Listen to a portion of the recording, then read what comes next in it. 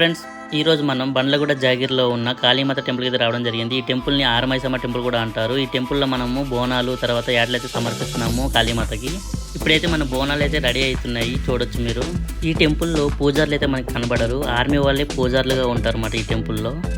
ఈ టెంపుల్ ఒకప్పుడు చాలా చిన్నగా ఉంటుండే, ఇప్పుడు దీన్ని రీకన్స్ట్రక్షన్ చేసి చాలా పెద్దగా అయితే చేశారు. ఇప్పుడైతే మన బోనాల్ని కాళీమాతకి సమర్పించడానికి అయితే తీసుకెళ్తున్నారు. ఫ్రెండ్స్, వీడియో అయితే లాస్ట్ వరకు చూడండి, మీకు టెంపుల్ మొత్తం వ్యూ అయితే చూపిస్తాను.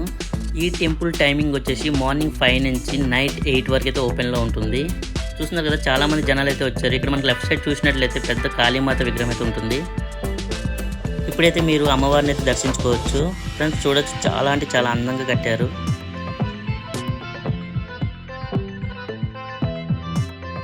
మనకి ఈ టెంపుల్లో వినాయకుడు, శివుడు, ఆంజనేయ స్వామి కనిపిస్తూ ఉంటారు.